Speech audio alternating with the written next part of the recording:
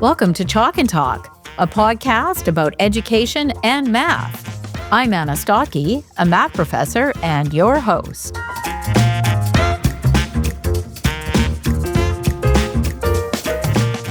Welcome back to another episode of Chalk and Talk. In this episode, I'm joined by two familiar guests, Dr. John Mighton, founder of Jump Math, and Dr. Barbara Oakley, best-selling author and co-creator of Learning How to Learn. I've had both of them on the podcast before, and I'm thrilled to have them back together for this conversation. We talk about their new Coursera course, Making Math Click, what neuroscience tells us about how students actually learn, and why fluency and worked examples build confidence. We also talk about schemas, using manipulatives and concrete-pictorial-abstract approaches, and why fading quickly from concrete to abstract matters. And we explore the bigger picture. What happens when math education fails? What's lost when students don't build foundational skills? And what it will take to ensure more students experience success in math. I really enjoyed this discussion. It's practical, engaging, and full of insight for teachers, parents, university students, and anyone who has ever felt they couldn't do math. I think you'll come away feeling inspired and with strategies you can use right away. If you've been enjoying Chalk and Talk, please make sure to follow on your favorite podcast platform and consider leaving a 5-star rating on Spotify or Apple Podcasts. And don't forget to follow the show on YouTube, where episodes are now available in both audio and video. Your support really helps others discover the show and join the conversation. As an added bonus today, Barb gave me a link to share with you so that you can register in their Coursera course for free. A great holiday gift for you or a friend. You can expect the next full Chalk and Talk episode on January 9th. Happy holidays. Now, without further ado, let's get started. I am very excited because I have two fantastic guests joining me today. So I have Dr. John Mighton and Dr. Barbara Oakley. Dr. John Mighton holds a PhD in math. He is an award-winning mathematician, a playwright, and best-selling author. He founded Jump Math, which is a Canadian charity that provides evidence-based K-8 math materials, and he is the author of 3 best-selling books, including All Things Being Equal, Why Math is a Key to a Better World. John has received numerous honors for his contributions to math education, including being named an officer of the Order of Canada, and that's a pretty big deal. Welcome, John. Welcome to the podcast. Thanks so much. And I also have Dr. Barbara Oakley here with me today. Barbara Oakley is a distinguished professor of engineering at Oakland University and holds a PhD in systems engineering. Her work bridges neuroscience, engineering, and education. She co-created the massively popular Coursera course Learning How to Learn, taken by more than 3 million students worldwide. She's a best-selling author of books such as A Mind for Numbers, Uncommon Sense Teaching, and Learning How to Learn. She is a recipient of several major awards, including the Harold W. McGraw Prize, which is colloquially known as the Nobel Prize in Education. So congratulations on that. Welcome, Barbara. Welcome to the podcast. Well, thanks for having me, Anna. And I'm really excited to have you both here today. In fact, John was my first guest. It's just really awesome to have you back. It's kind of like full circle. I also have Barbara on. Since then, Barbara, I have to tell you, I have been recommending your book, A Mind for Numbers, to a lot of students, and even seen some students carrying it around. So I think you're having an impact. I thought we'd start because you have a really great project together, and I thought we could start by talking about that.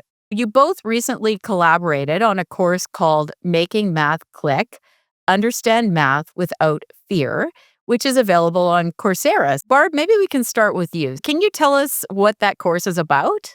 Well, I think John and I both have had the same experiences, which is that we sort of blundered blindly into realizing more as an adult that we actually could do math, even though we had always thought we couldn't do math. We realized that we could team up together and convey some of these very simple ideas about how you can effectively learn mathematics. And yes, you can indeed learn it even as an adult and be very successful with it. And who better than us together to kind of convey that information, in that we've been through the battle together and come out successfully. That's true. Now that you mention it, you do kind of tell a similar story. Barb, you came to math later in life. Like, I think you had a background in languages before that. Am I right? Right. I thought I grew up hating math and science. I thought I had absolutely no talent whatsoever for it. So I enlisted in the Army and picked at random a language to learn, which was randomly Russian. When I'm traveling in former Soviet bloc countries, that's about when it comes in handy. But actually, language learning is startlingly similar to learning the language of math. And when I was 26 years old and getting out of the military and realizing that all my friends who were West Point engineers were easily able to get jobs, but me, with my profound specialization in Slavical languages and literature, nobody was knocking at my door saying they wanted to have me. And yet there were these really interesting looking jobs out there. So that's when I opened my mind and said, why don't you see if maybe you could learn it? And actually applying some of those ideas from how I successfully learned a language to learning in math and science, voila, they work like a charm. Very inspiring. And John, you tell a similar story, right? I've heard you talk about taking calculus and almost failing calculus, right? And you were a writer. Do you want to tell us a bit about that? I think one thing that was different in my experience is that I always was fascinated by math because I read a lot of science fiction. And so I kept that sense of wonder alive, but I didn't think I could do math. And in my 20s, I discovered through an American poet, Sylvia Plath, that I could train myself to write. I followed her methods.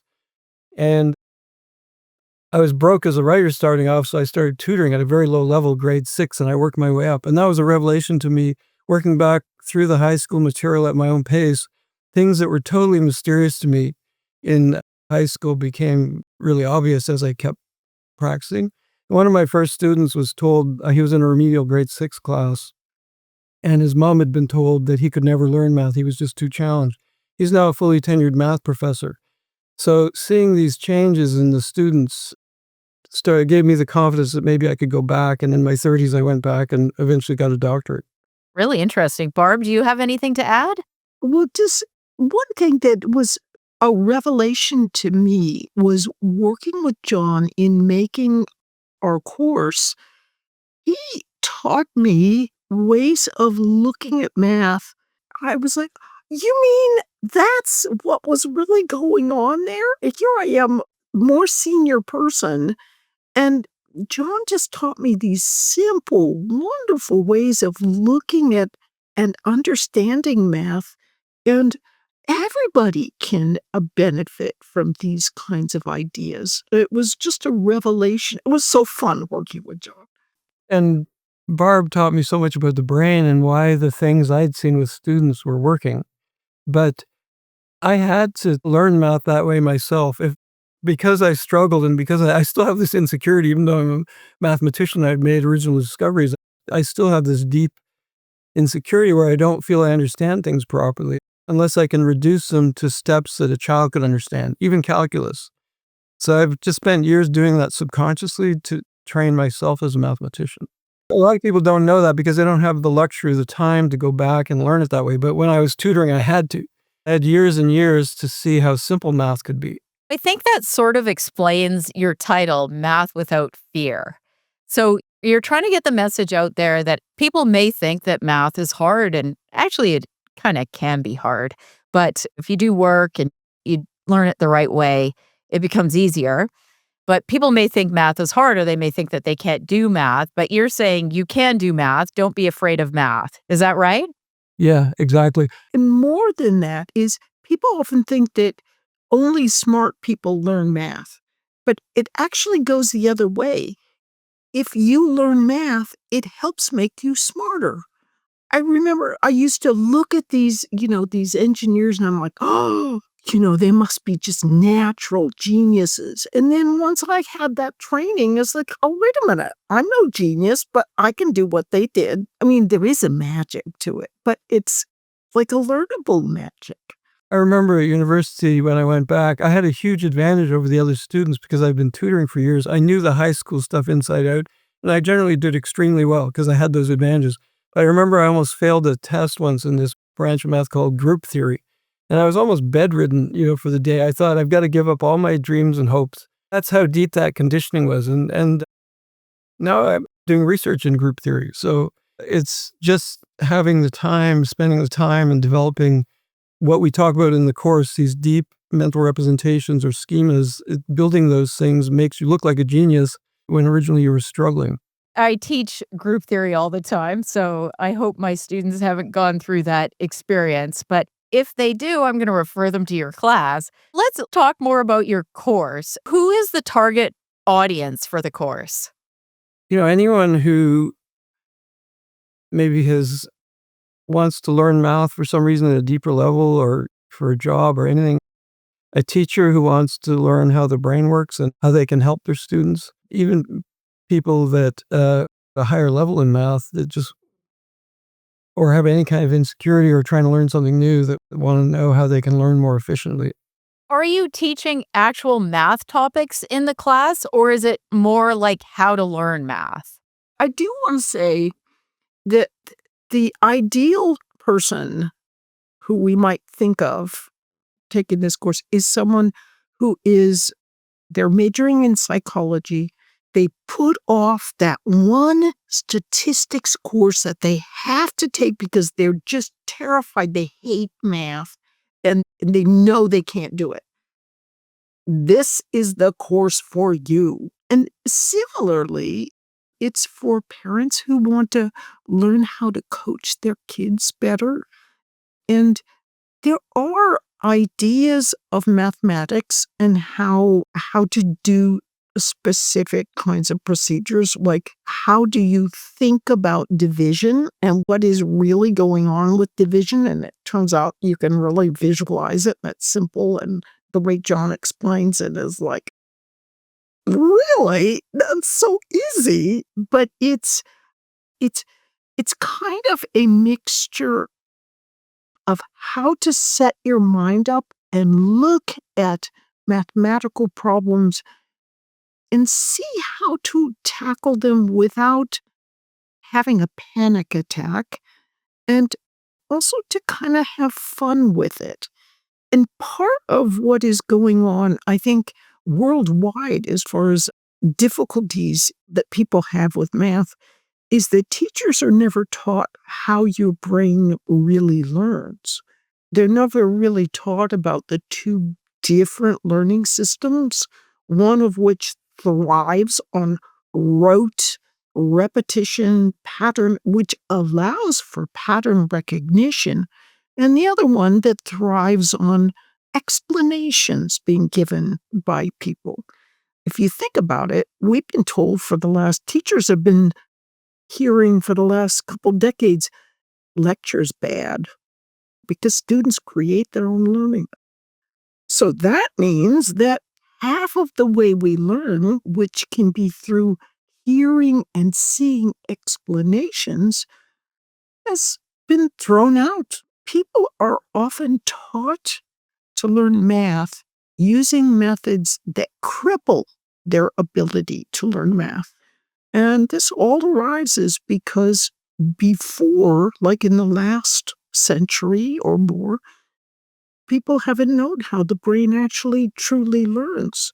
And so we are still being taught using methodologies developed over the past century by greats in education like Piaget, Vygotsky, Dewey, and so forth, who had no idea whatsoever how the brain really learns.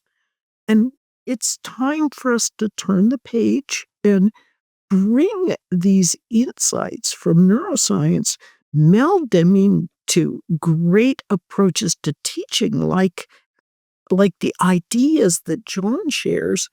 And between the two of those, you can suddenly begin to realize, oh, I can do math. It kind of sounds like a crash course in learning, like a crash course in how the brain learns math, right? Does that sound right to you? That's right. And so you mentioned targeted audience. I heard you mention maybe university students who are now in a position where they have to take math and they always felt that they couldn't do it. And by the way, that's something I see all the time, right? As someone who teaches first year university, we have students all the time who have to take a math course or statistics, as I'm in a joint department. Statistics they commonly have to take, and they're terrified to take the class. So this would be a good course for them. And I heard you mention parents who have to help their children. That's good. What about teachers? Some teachers probably didn't learn these techniques about how to teach math or how people learn math in their training. Would this course be good for them? I think it's particularly good for teachers. I've surveyed hundreds and hundreds of teachers over the past few years and said, if you're tutoring a kid in grade 5 who's 3 years below, and you're tutoring them one-on-one, what would you do? And teachers universally say we'd go back to that level. We'd try and find where the starting point is for the child. We'd break things into manageable chunks. We'd scaffold the lesson. We'd give lots of practice, and we'd expect mastery because we're teaching one-on-one. We would teach until the student understood it, and we'd change what we're doing if we had to, and we'd raise the bar incrementally to create confidence, but without pushing the kid too far outside of their zone of comfort.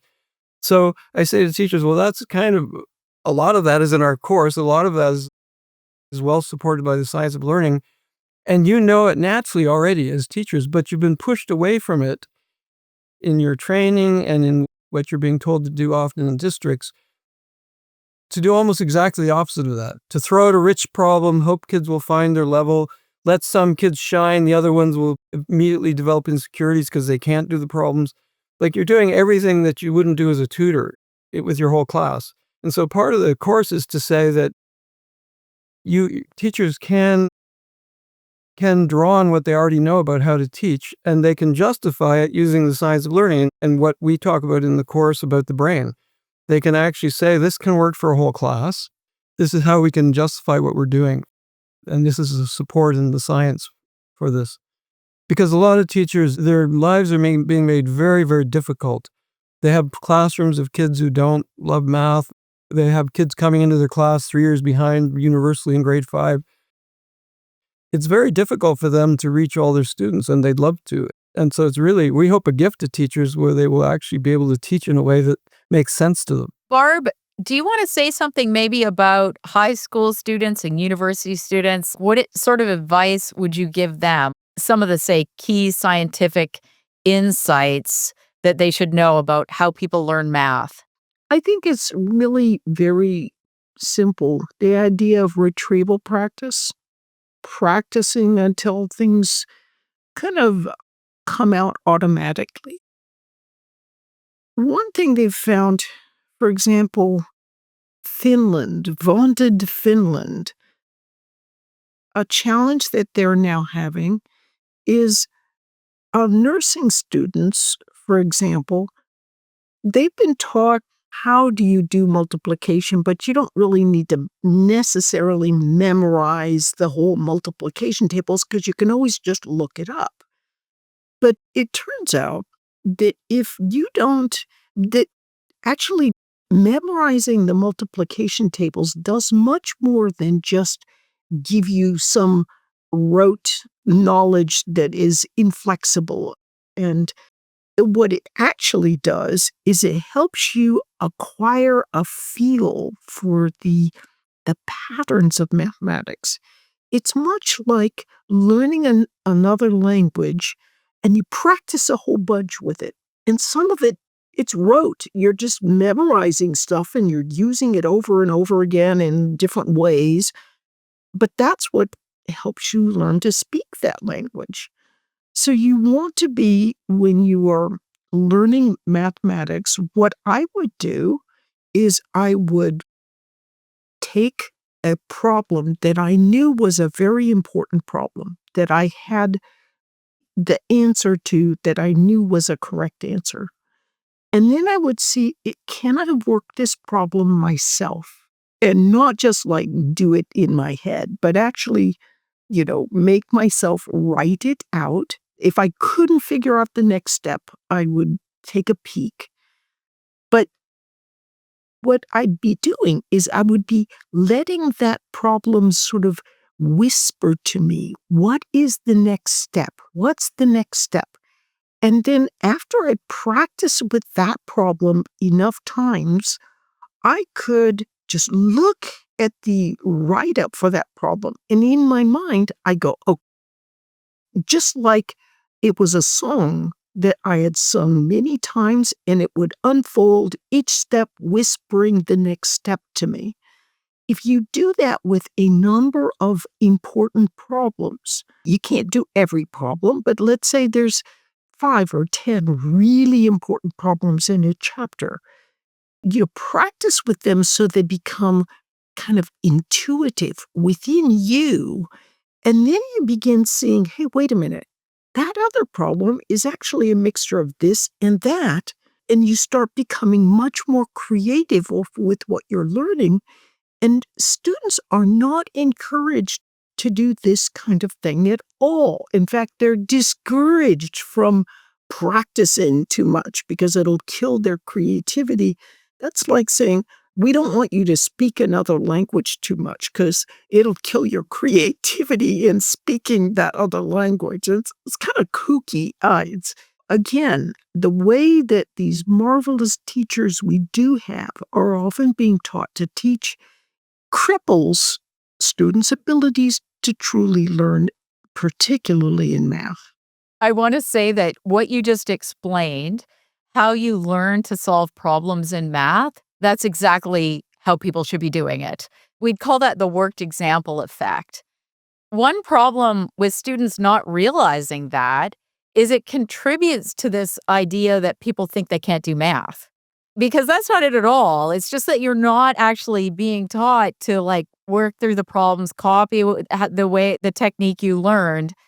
And then the other thing, I was just thinking, this really reminds me of how John describes having learned to write by studying Sylvia Plath, right? John?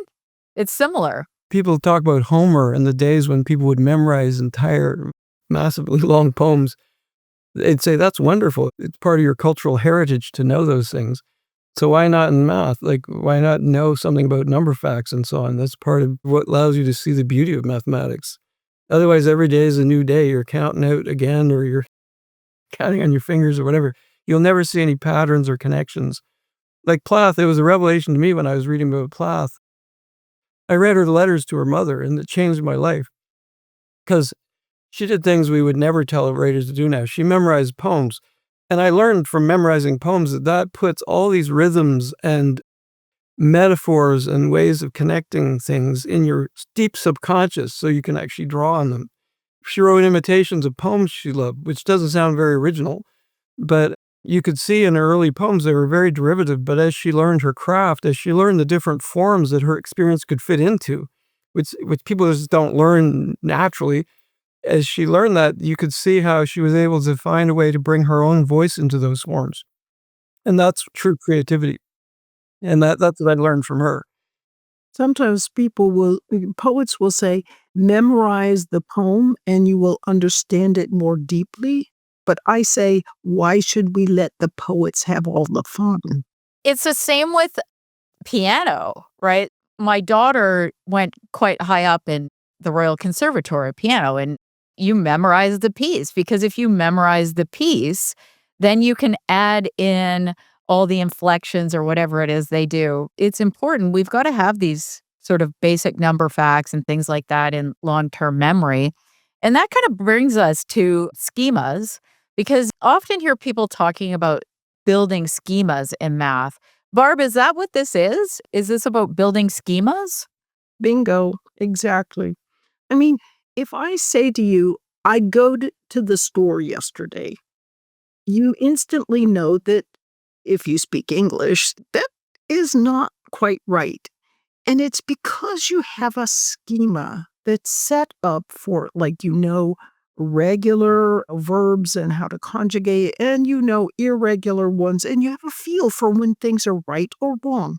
And that arises, it's like when you practice enough, you get a feel for the relationships and what is right and what is not right. And that's all part of that schema. So what I was doing when I was practicing with my engineering problems was developing a very good, solid, rich schema where I could even take things that seemed quite different and I could begin to see, oh, what's the relationships between them?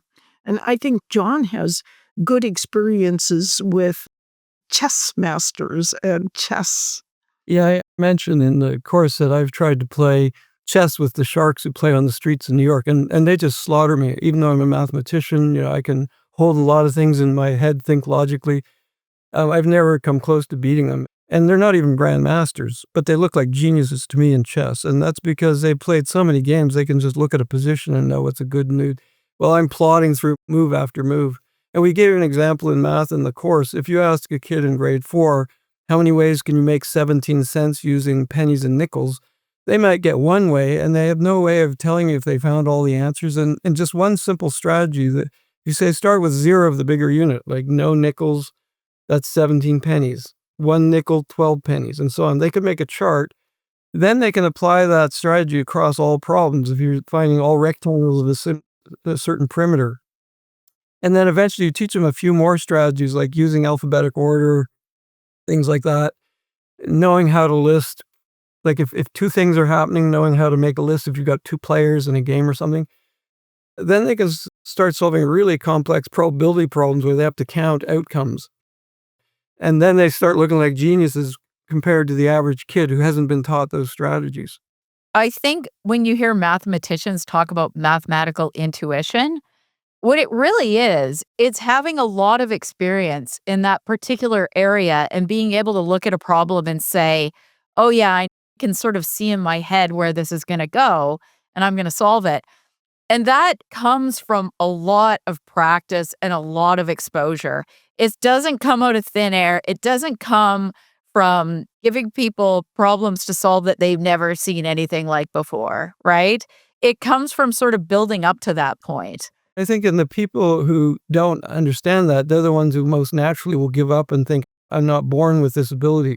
I heard a friend of mine told me about a kind of math education guru came to a school to speak, and they were talking about the game Sudoku. And one of the teachers asked him, well, would you give kids rigorous training Sudoku? And the person said, no, just let them explore it. And they said, well, what if they're struggling? And the person said, well, then maybe it's not the game for them. And that's the kind of attitude I think is just rampant in education, that if you have to give the kid any kind of coaching or encouragement, if it doesn't, not something they naturally choose or are good at, then it's just not for them. And it's perfectly fine to have a classroom where you have kids who are far ahead of everybody and other kids who are struggling and anxious and nervous to even put their hand up. That comes from this idea that there's nothing you can do about it. And teachers have this sense of learned helplessness by being told to teach in ways that create those hierarchies and create those differences. Whereas if they knew how to train, in problem solving, you just give kids some simple strategies, let them explore them, and suddenly they can do complex probability problems. Teachers need to see that's possible with entire classrooms. One thing in related to this is that idea that you learn to like, things that you're good at, you naturally kind of tend to like them. But some things take much longer to get good at. It's like riding a bicycle. Learning to ride a bicycle is not fun in the beginning. You fall off, you scrape, it's not, but you can really see what the upshot's going to be when you do learn to ride. With math, you don't so naturally and easily see what that upshot is. All you see is sort of the difficulty especially for some, of those grueling kind of beginning to get into it. And it takes a while before all of a sudden it starts to, oh, hey, I'm pretty good at this. Actually, this is really interesting. But we don't give that kind of time. We just say, oh, you're just not naturally good at it, so give it up. Yeah, that's a really good point. And so I do a lot of demo lessons, and including in behavioral classes sometimes. It's kind of frightening sometimes going in with kids you've never met, and especially if they've really turned off math. But I found one technique that really works to deal with the problem Barb just talked about. If they can do anything, I try and give them a question that looks harder, but it really isn't any harder. I mean, if they can add a quarter plus a quarter in grade 3 or 4, they can add a quarter plus a quarter plus a quarter. And to an adult, that seems like just a trivial generalization, but to a kid who's never seen that, that looks like a harder problem. You give them a string of fractions with the same denominator, throw a minus sign in and say, I'm going to trick you. Kids love to be in the zone where they're being stretched a little bit. And if they can do that in front of their peers and all meet these challenges together, the excitement is magnified. And so I think to deal with the problem that it takes a while often to see what the payoff of the math is, you can keep kids in that zone where they're constantly stretching themselves a bit using what I call bonus questions. Just make it look a little harder, and then you can create a continuum, because then you can actually make it harder and harder, and it's like a ramp for the kids. They all start to want to go up it. Yeah, it's what we call induction in math. Eventually you're doing the hard problems, but just sort of small steps. I think I'd like to shift because I would like to talk a bit about representations in math. So concrete-pictorial-abstract, that approach to teaching math, because I get a lot of questions about it. And John, I know you talk a lot about this. I've seen you speak many times. I've seen Barb too. And I recommend to people listening, if you ever get a chance to see either of these two give a presentation, you've got to go because they're both great. But John, I've heard you talk about Jennifer Kaminsky's work many times, and there is a widespread belief that children must start with concrete objects when they're learning. I'm just curious, how accurate do you think that is based on what we know from cognitive science? And where does Jennifer Kaminsky's work fit in? Yeah, so that's a really complicated question. And the answer is complicated, but the problem is people right now have too simple an answer. They think in any situation, even for older kids, if you want to teach them how to solve applied real world problems, always start with some highly contextualized, detailed, lots of details, usually often lots of text in the word problem, some kind of relevant problem, or they call them authentic. It's hard to argue against that because the opposite would be inauthentic. First of all, if you look across North America, that has not been working because test scores on test problem-solving ability are flat or declining. So it's clearly not working. And one of the reasons is Kaminsky found that sometimes, especially for older students, it's better to start with a more abstract representation where you strip away all the details. Like when we teach part-whole problems in JUMP, rather than giving them problem after problem, we give them grids where they just shade in squares to represent the amounts. And we talk about this in the course. And strip away any barriers in the language. You could just talk about green and blue marbles for the whole lesson. And the kids can learn all the different types of problems. There's a number of different part-whole problems. You might have the total and the difference, or the total or the two parts.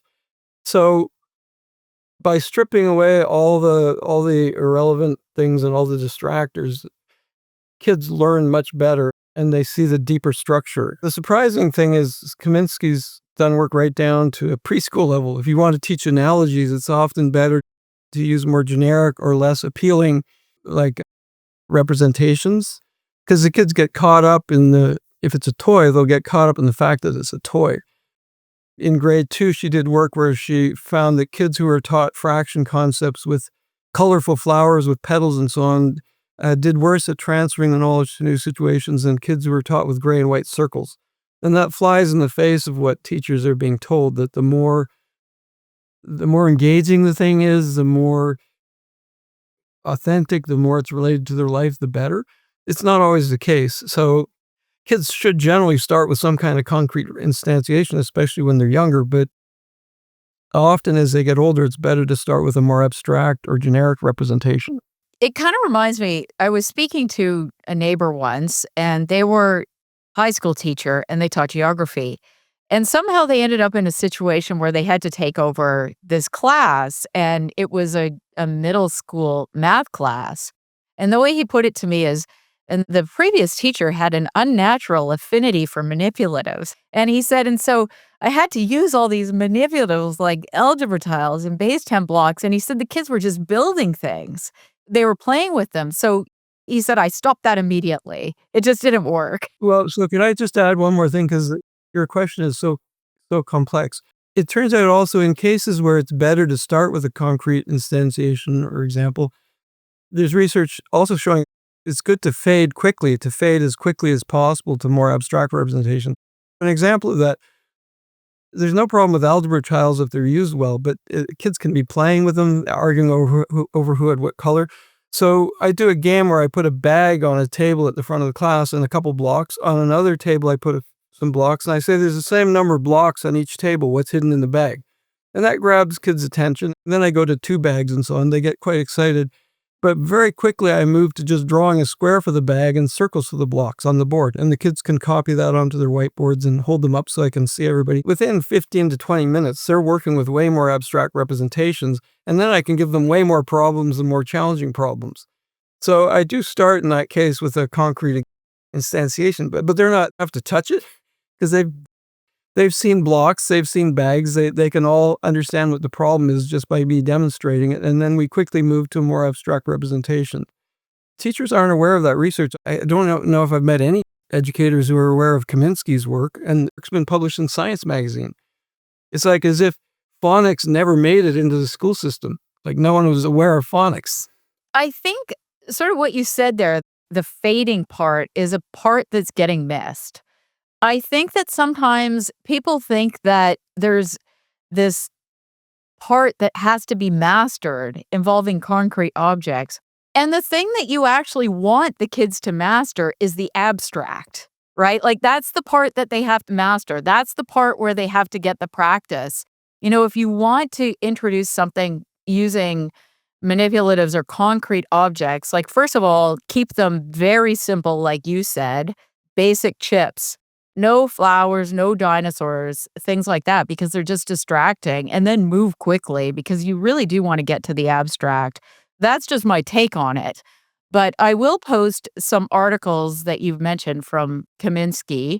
But psychologists they're supporting everything John is saying. So if you learn with a concrete set of manipulatives, it's like part of your neurons that are learning the concept are also sort of learning that it's related to this particular set of manipulatives. And it's hard to like rip it away because it's affiliated in your mind. But more than that, we have to remember, why do we get manipulatives? Because people sell them to us. Why do people sell them to us? Because they make money from manipulatives. Math is a mental sport. And everyone who is trying to sell manipulatives is not necessarily, they may in their mind be thinking, oh yeah, we're here to help students and so forth. But really, they're there to make money for the company that's selling manipulatives. When you have a Google scholar come and talk to you, what are they ultimately going to be kind of implying? You can always just look it up on Google, of course. Manipulatives are really, you have to be really careful in that they're often oversold because they're something that can make money. An abacus, a simple abacus, it has been proven through, dozens of generations. It teaches math really well, and it teaches it in a way that people first learn something that they can get their hands on, but then, so for example, with flash-ons-on, you learn how to use the abacus, but then you're taught to kind of put your hands away from the abacus so that you begin using your mind only.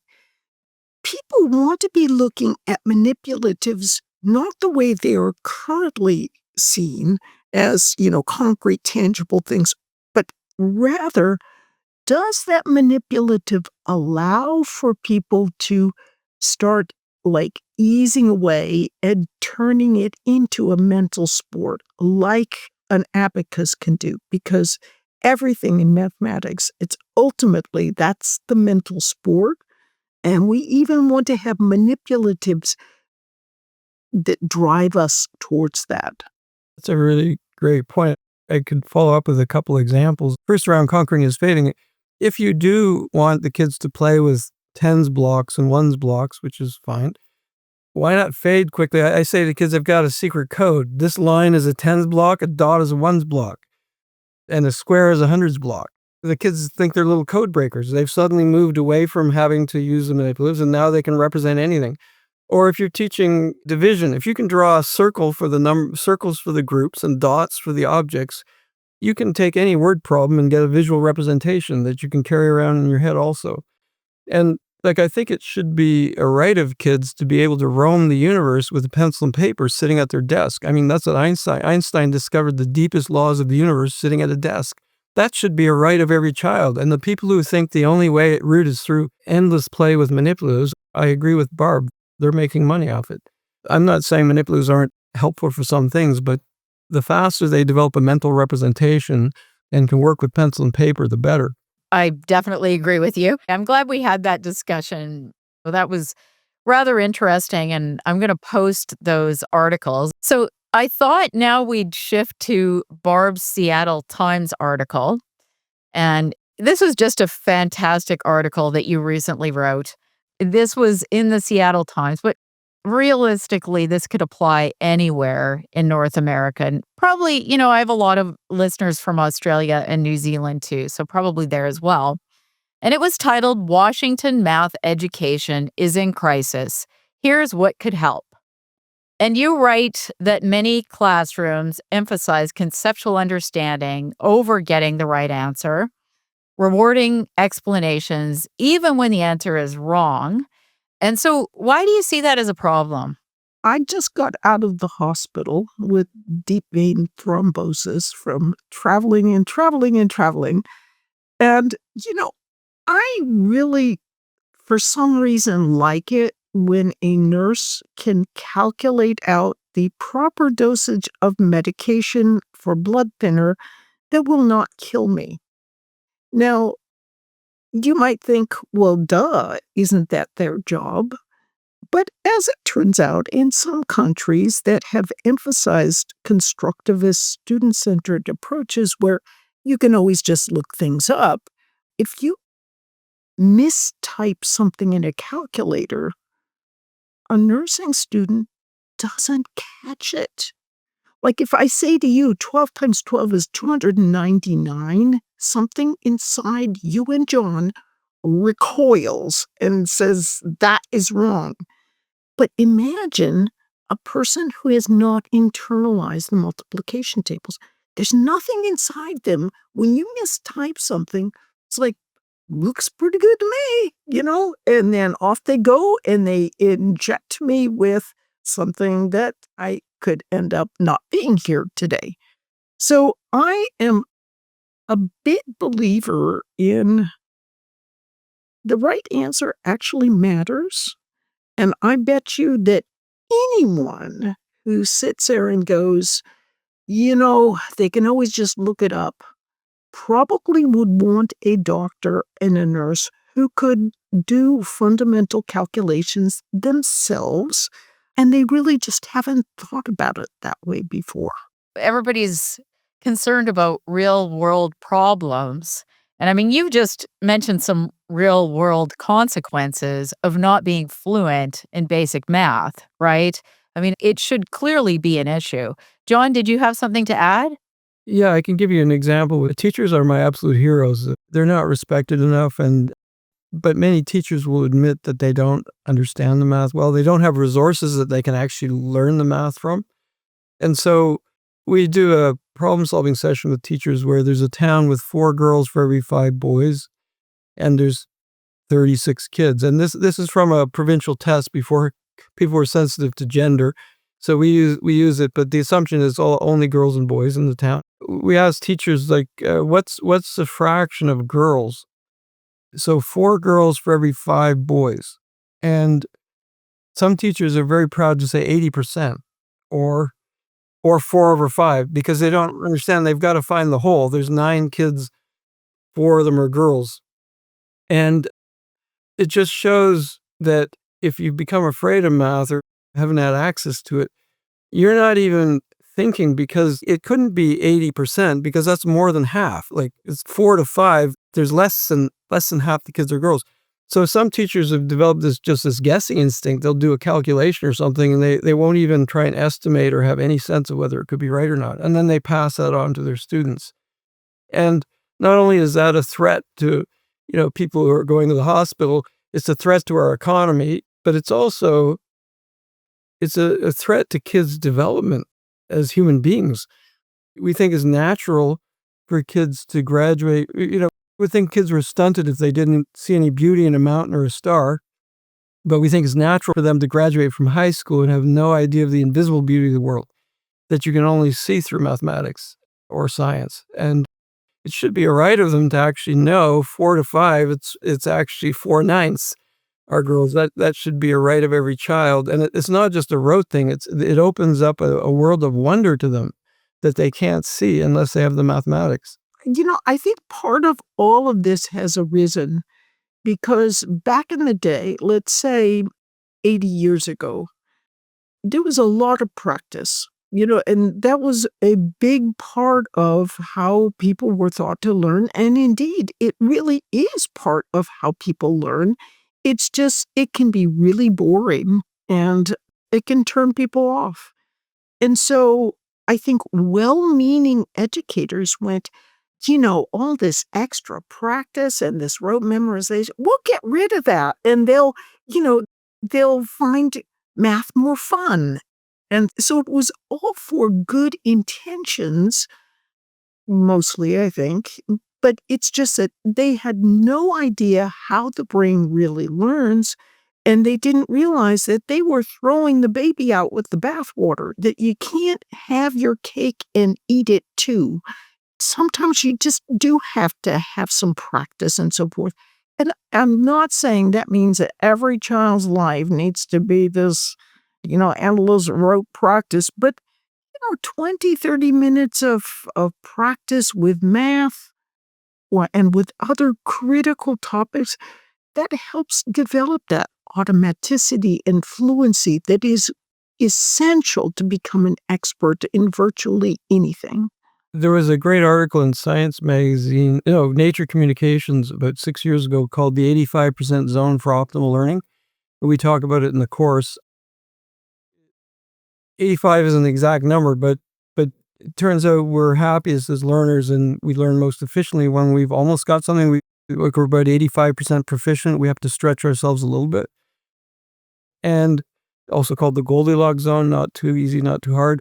And so I've literally taught tens of thousands of children across the world in demonstration lessons. And it's the most universal phenomena ever that when you keep them in that zone, especially when they're in a group, they get really excited and they will choose to work and they'll choose to practice. They actually think the practice is fun, but it can't be too easy. You've always got to be stretching them a bit, but you can't push them outside that zone because then they also don't like it and they start misbehaving and distracting class.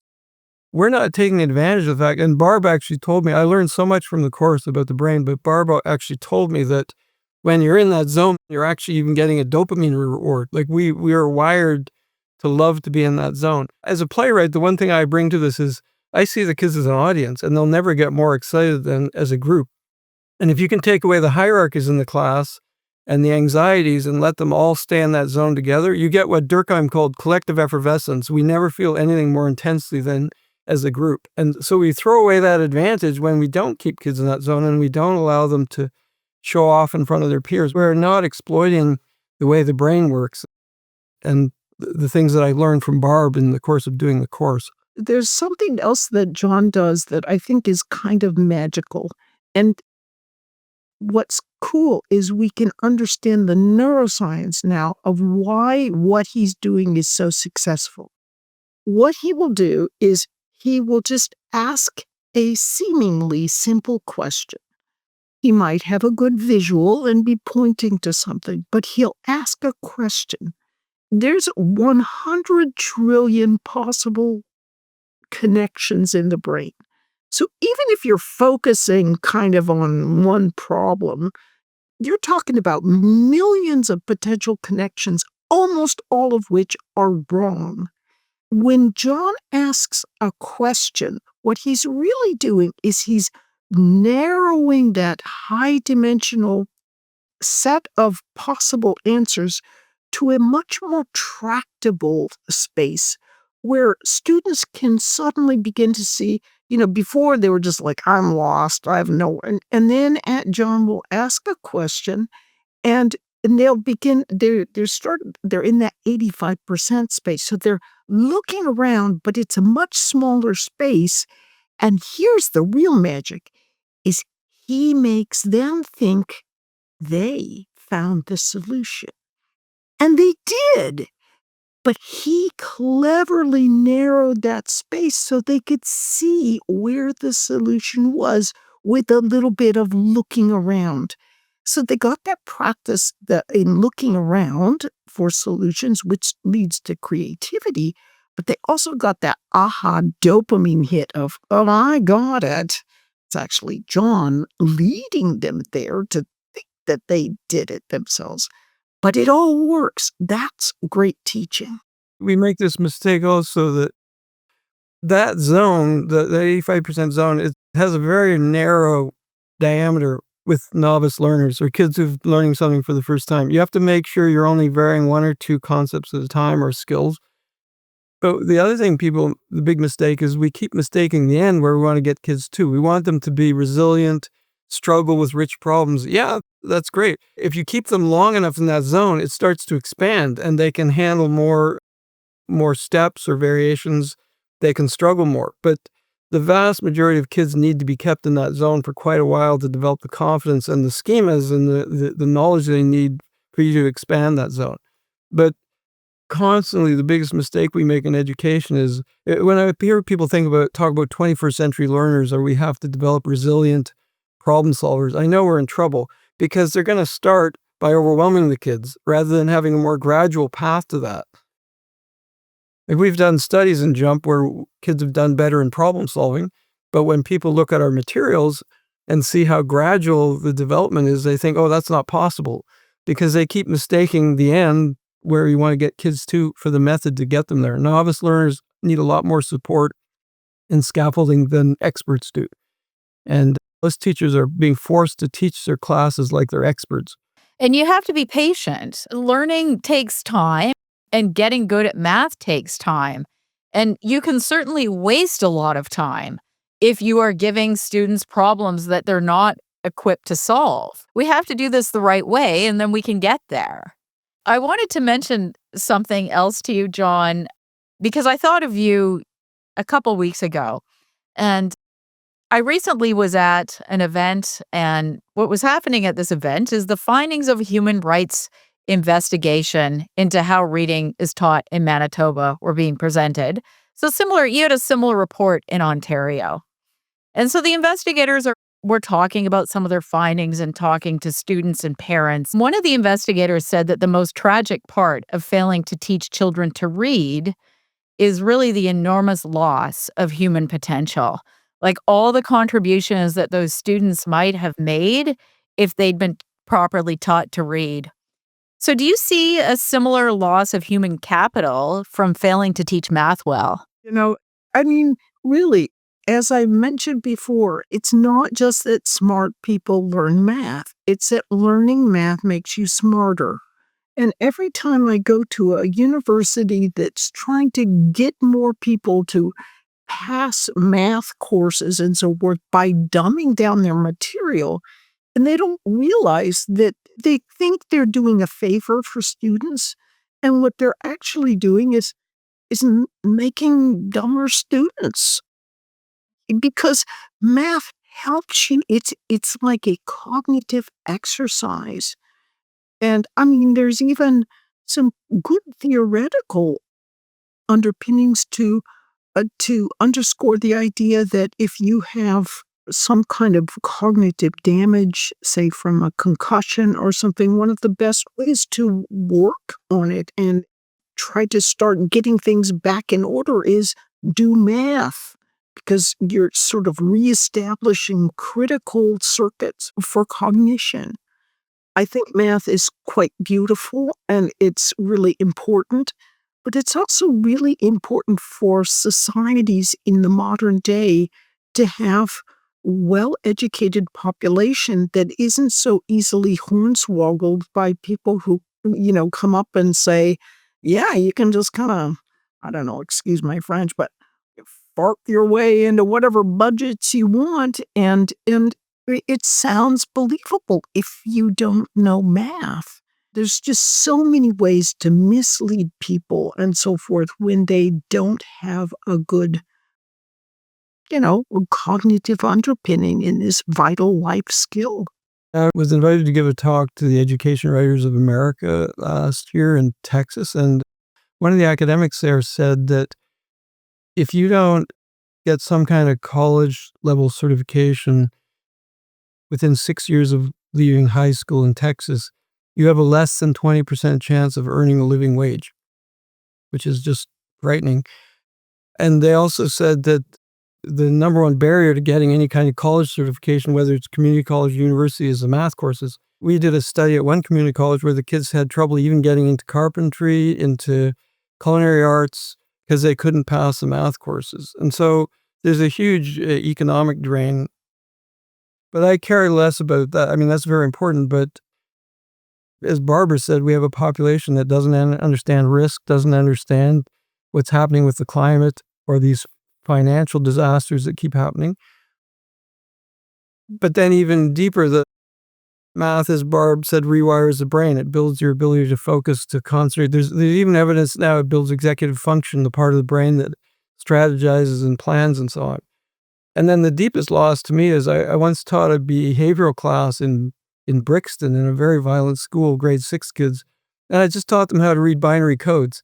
And if you can count on your fingers, you can read binary codes. But the kids thought they were little code breakers. Like they wanted longer and longer codes.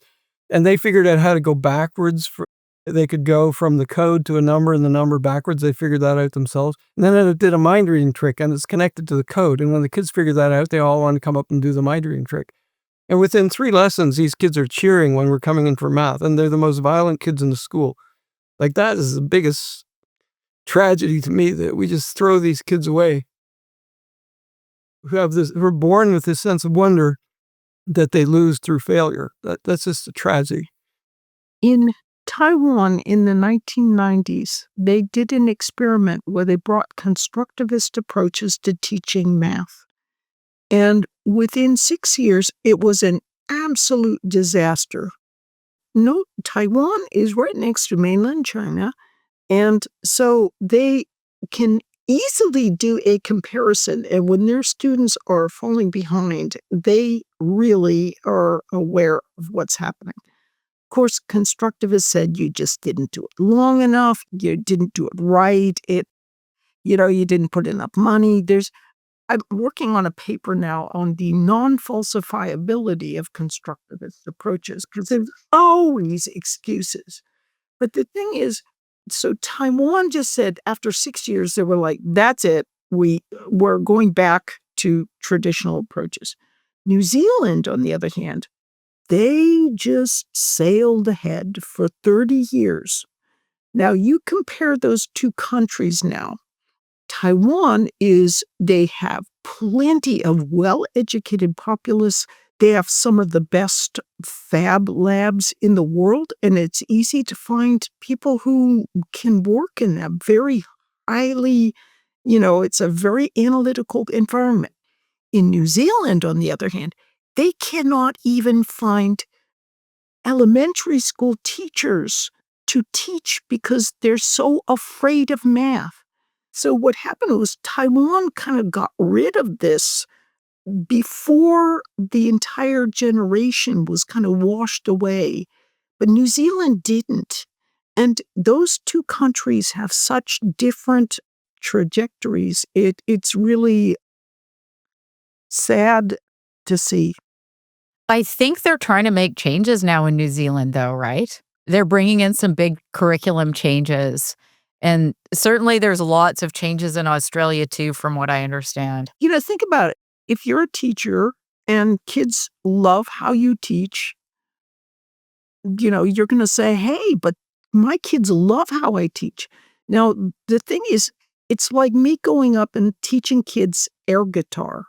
They get on the stage, they clown around, they have a lot of fun, they applaud each other, and they love it. And when I ask them about how I'm teaching guitar, they go, oh my gosh, I just love how we're learning it. They're actually not learning guitar. And it's often quite like that for math. Teachers will say, oh my kids just love how I do it, but they're not learning math. I've heard you say that too, John, that it seems like people think that, you make people like math by teaching math that doesn't actually involve math, right? Yeah, I think that one thing I learned from Barb and some other researchers, a lot of educators think that you do anything you can to get kids engaged in math, let them do a skateboarding project that involves some math or something, so they'll eventually have success. And researchers like Barb have said that the arrow actually goes much more the other way. If you have success at something, which Barb said earlier, if you're good at something, you like it and you'll naturally engage in it. And so we're doing everything but giving kids success at math, learning it deeply. And you don't have to like everything at every moment all the time, right? That's another problem, in my opinion. There's a lot of hard work sometimes to get to a point where you're good at something. And if we rob people of that, if we rob kids of the opportunity to see that you do lots of hard work or practice and at the end, look how much you've learned, like look how much you've gained. We're really robbing them of something when we take that away too. I agree with that, and kids have to learn the power of practice and that it can be grueling and so on. But I have a weird take on that with math. So Anders Ericsson, who wrote the book Peak, who did a lot of the research on deliberate practice, he said, even though deliberate practice can turn you into an expert in spectacular ways, he said many people won't do it because it's grueling, lonely, takes a lot of time. So in the end, in all things being equal, I argued that that's actually not the case in math. Because when you let kids succeed in math together, they actually love it and they'll actually beg for more work.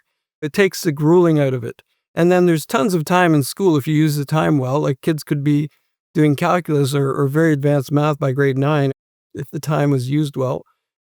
And it's not lonely.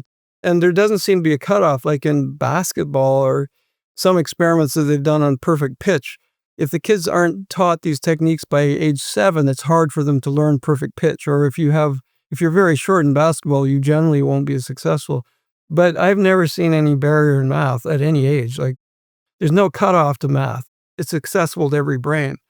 So all the things that make deliberate practice hard, math is actually the ideal subject for that. And we could see that instantly if we changed the way we taught math, that kids could be practicing at a very deep level and having a lot of fun daily if we would just turn more to the science of learning. You've both spent years studying how students learn math and what actually works in classrooms. So let's say you have the ear of every education minister in Canada or the US or whatever you call them in the US, or every superintendent, say the teacher preparation programs. What are the key changes that you'd urge them to make? Barb? I'm going to punt on this one because the answer is so obvious, is point them all towards jump math. That's kind of what I do too. Yeah, but really, I mean, John has got some wonderful approaches.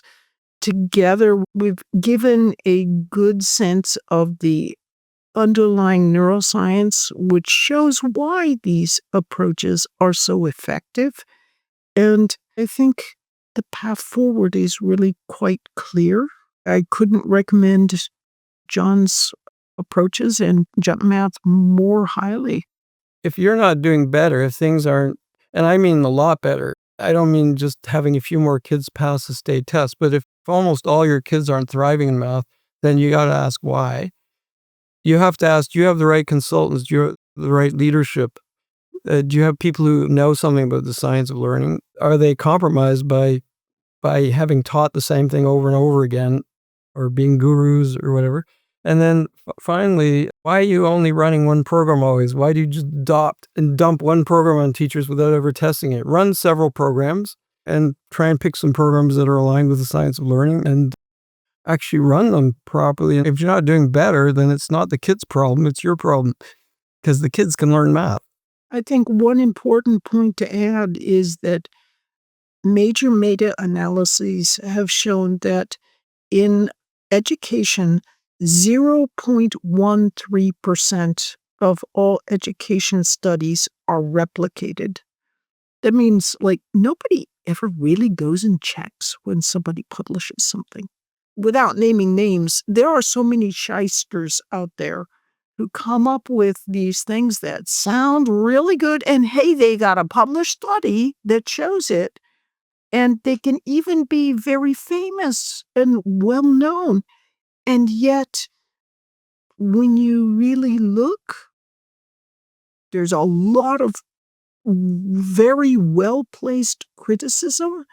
And so just be very, very careful, because there's a lot of stuff that sounds great, that from people that are really well-known, and they actually are kind of the road to perdition if you really care about your students' success. With the research ed movement driven by teachers, I'm starting to meet people who are running pilots, and they're finding ways to really improve education. And it becomes a grassroots movement among teachers, among consultants. My recommendation is look to that movement and see what people are doing in that movement, because I'm very optimistic, never been more optimistic about education since I've seen what's happening in that movement towards the science of learning. Were you more optimistic than you were when I met you, which was about 15 years ago? Oh yeah, I couldn't help but be. That was a dark time, Yeah, as you recall. I do remember that. And I was just kind of getting started, and I was really keen, and I was very optimistic. And you were saying, no, you're not going to get anywhere. It's impossible. I do remember that. And then I kind of ended up being like that, because over time you realize that it's pretty tough to make changes and to get people to see that there are some serious problems. And you mentioned replication, and it's more than that. I mean, there are programs used in schools. There's been no study on that program at all. And you might be told that there's a study on that program, and then you look at the study, and the study didn't actually measure learning. It didn't measure whether anyone learned. Anyway, is there anything else you want to add? We've swung, and partly your advocacy has been part of my optimism. This podcast, for instance, and this growing movement of people who want to try to do better. I'm really much more optimistic now.